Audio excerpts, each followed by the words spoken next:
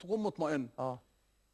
مجرد مش بس عارفه بس امثله عمليه يعني. مجرد رجوع الجنيه المصري لسعره الحقيقي ورجوع الدولار لسعره الحقيقي اللي هو بين 12 و 13 جنيه، والكلام ده متوقع خلال العام الحالي. يا فندم، هل تطالبوا سعر السكر على التموين هيبقى معيار للحكم على وزير التموين ولا لا؟ ده سؤالي.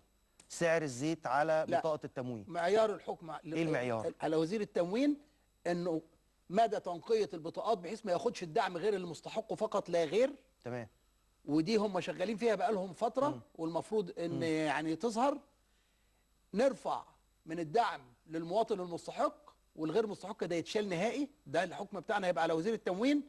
اما بالنسبه للدعم فهو طبقا للسعر العالمي، واخد بالك؟ يعني تتوقع انه ممكن يزيد؟ لا بس المهم يوصل. لا، مش هيزيد تاني. خلاص احنا قصه الزيادات انتهت. الزيادات انتهت. لان مفيش زيادات في الدولار تاني. الحاجات هترخص، بس امتى؟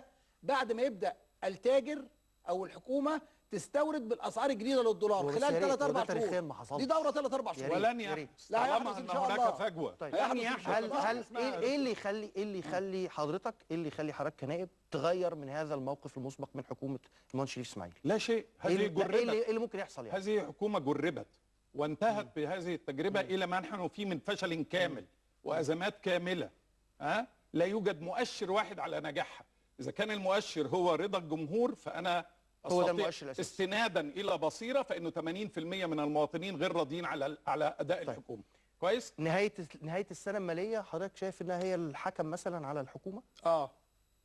يعني ان شاء الله هو بوادر النجاح ظهرت. الحكومه دي نجحت، ما فيش كلام. يعني ايه يعني غير كده قولا واحدا. يحصل ايه؟ 1 2 3. نهايه السنه الماليه اللي هي 30/6، واخد بالك؟ هتبدا الناس تحس ان بدات الدنيا تهدى في الاسعار. ليه؟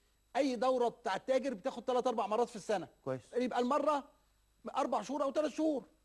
بدا الدولار يستقر في الاسبوع ده اللي احنا فيه. بعد 3 شهور بقى معاك 3 شهور بالظبط كده تاني، او 4 شهور تبدا الدنيا في النص الثاني لكن اتوقع الامور خير في مصر، و2017 هي الصعبه، وبعد كده كل سنه وانت طيب هنعدي.